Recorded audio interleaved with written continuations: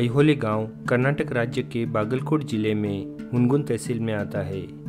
यह गांव लगभग 1500 से 2000 वर्ष प्राचीन जैन, हिंदू और बौद्ध मंदिरों के लिए प्रसिद्ध है। मलप्रभा नदी के तट पर स्थित ये एक छोटा सा गांव बादामी के चालुक्य साम्राज्य के समय एक बहुत ही बड़ा व्यापारिक और धार्मिक केंद्र था।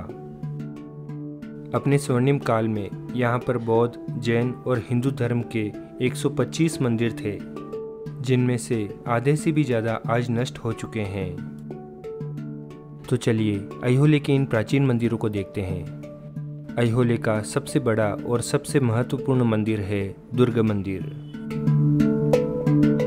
दुर्गा मंदिर कोई देवी का नहीं बल्कि वस्तुतः ये एक सूर्य मंदिर था। मंदिर के प्रवेश द्वार पर मिले शिलालेख अनुसार इस मंदिर का निर्माण कुमार सिंह नामक व्यक्ति ने करवाया था। यह मंदिर ऐहोले दुर्ग यानी किले की दीवार के पास होने के कारण इसे दुर्गा मंदिर कहा जाता था, जिसका सामान्य बोलचाल में नाम अब दुर्गा मंदिर हो गया है। यह है दुर्गा मंदिर का प्रवेश द्वार। पूर्व काल में मंदिर के चारों ओर विशाल पत्थरों की दीवार थी और इस विशाल दरवाजे से ही मंदिर के प्रांगण में जाया जा सकता था।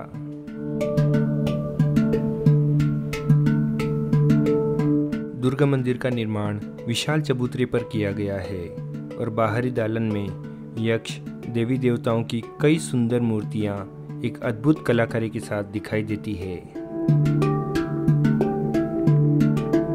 मंदिर के बाहरी भाग में विशाल चट्टानों को काटकर बैठने की सुंदर आसन व्यवस्था की हुई दिखाई देती है।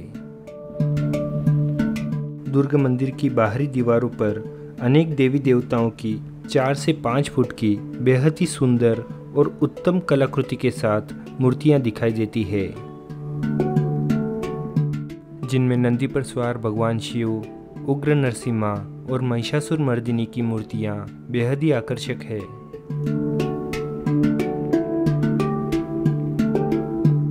दुर्गा मंदिर की संरचना हमारे देश की संसद भवन से काफ़ी मिलती है।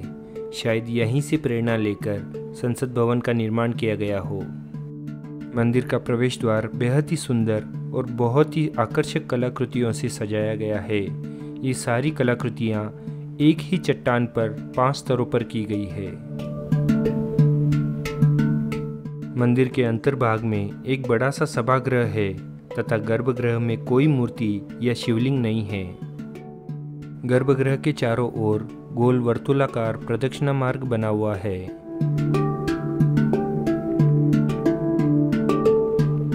ऐहोले मंदिरों की बनावट पट्टदकल और बादामी के मंदिरों से कुछ अलग है। यहाँ नागर शैली, द्रविड़ शैली और कुछ जैन मंदिर भी है।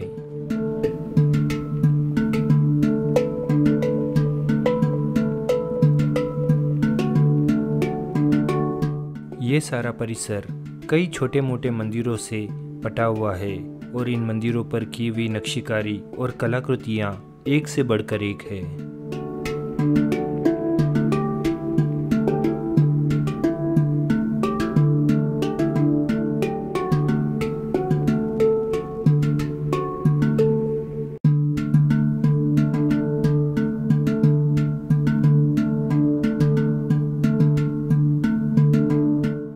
यह है लाड़खान मंदिर।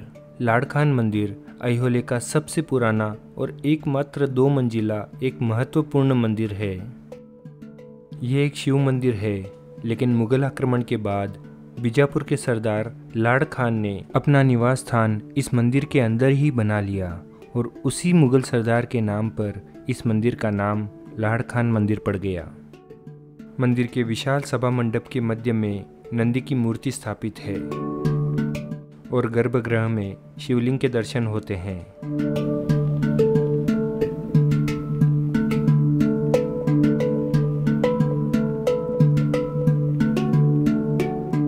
लगभग 5वीं सदी में बना महालक्ष्मी मंदिर यहाँ का सबसे प्राचीन मंदिर है। इस मंदिर को भगवती मंदिर भी कहा जाता है।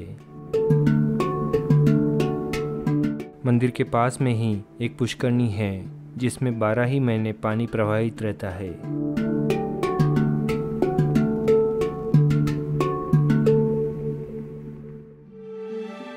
अब यहाँ से आगे बढ़ते हैं पास ही की पहाड़ी पर स्थित ऐहोले फोर्ट पर। कुछ सीढ़ियाँ चढ़ने पर पहाड़ी के मध्य में एक 2 मंजिला प्राचीन वास्तु दिखाई देती है। पुरातन विभाग के अनुसार ये बौद्ध धर्म की संरचना है और यहाँ पर बौद्ध धर्मीय भिक्षु या उनके अनुयायी रहते थे। हालांकि वास्तु के गर्भगृह में कोई भी मूर्ति नहीं है।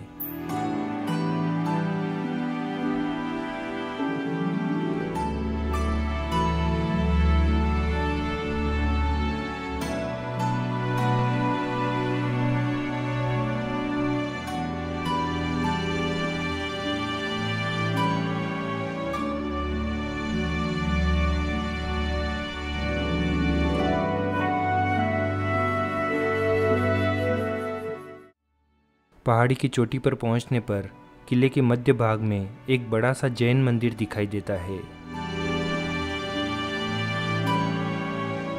पहाड़ी की चोटी पर ये एकमात्र मंदिर है जो कि बनावट में काफ़ी विस्तीर्ण है और काफ़ी सुस्थिति में है।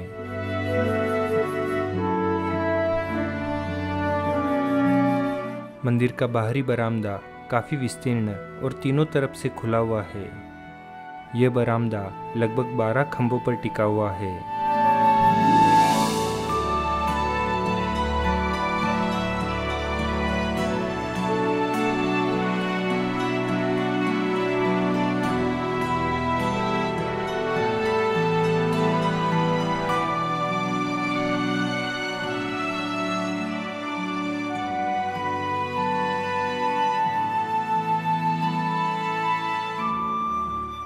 अब मंदिर के अंदर प्रवेश करते हैं। इस मंदिर की सबसे बड़ी खासियत है कि इसके अंतर्भाग को कई कक्षों में बांटा हुआ है।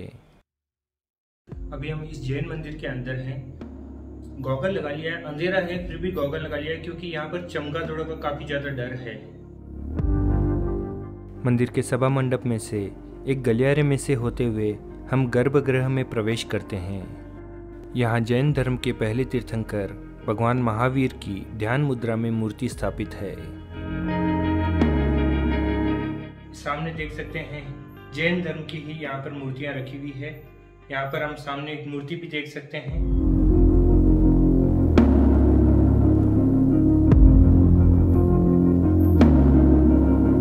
ये देखिए, ये एक चमगादड़ लटक रहा है और ये उड़ गया है। साथ ही यहीं पर जैन धर्म के प्रचार से संबंधित कुछ खंडित मूर्तियां और शिलाएं भी रखी हुई है। चलिए अब इस मंदिर में बने कुछ ऐसे कमरों की जानकारी लेते हैं जिनके बारे में ज़्यादातर नहीं पता या जहां कोई जाता नहीं है। जैसे ही हम यहाँ पर आगे बढ़ते हैं, यहाँ पर भी हमें एक कक्ष दिखाई देता है और इसके अंदर एक और सीक्रेट रूम है। चलिए उस रूम को देखते हैं। गर्भगृह के पास से ही 2 अंधेरी गलियां दिखाई देती है जो कि मंदिर के पीछे के भाग में बने कमरों तक जाती है। इस कमरे के पीछे ही एक और छुपा हुआ कमरा बनाया हुआ है। यह कमरा गर्भगृह की मूर्ति के ठीक पीछे बनाया हुआ है। शायद यहाँ के महंत की रहने की या ध्यान साधना की यह जगह हो सकती है। इस कमरे के अंदर कोई भी खिड़की या हवा या रोशनी आने की जगह नहीं है। यहाँ पर भी इस तरफ भी एक और रूम है। यहाँ पर कोई भी नहीं है। देखिए, जैसे ही लाइट मेरी तरफ करता हूँ पीछे पूरा अंधेरा हो जाता है और इस तरफ लाइट करते ही मेरी तरफ पूरा अंधेरा हो जाता है। ये जो कक्ष है इसके अंदर कोई भी सीक्रेट रूम नहीं है, सिर्फ उस साइड के जो रूम में ही एक सीक्रेट रूम है। हालांकि इस कमरे में भी दिन के वक्त भी पूरा अंधेरा ही रहता है। हम सिर्फ इस बात का अंदाजा ही लगा सकते हैं कि उस समय के लोग इतने अंधेरे कमरों में कैसे रहते थे। यहाँ पर जैन धर्म से संबंधित कई सारे प्राचीन अवशेष भी हमें दिखाई देते हैं।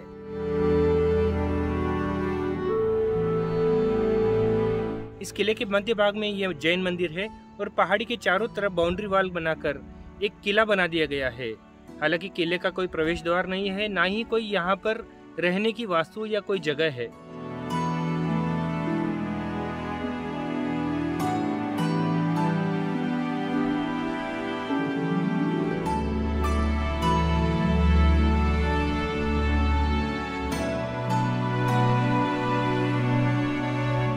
ये बड़े ही दुख की बात है कि आज ऐहोले के कई प्राचीन मंदिर स्थानीय लोगों के अतिक्रमण का शिकार हो चुके हैं और उनके घरों में तब्दील हो चुके हैं।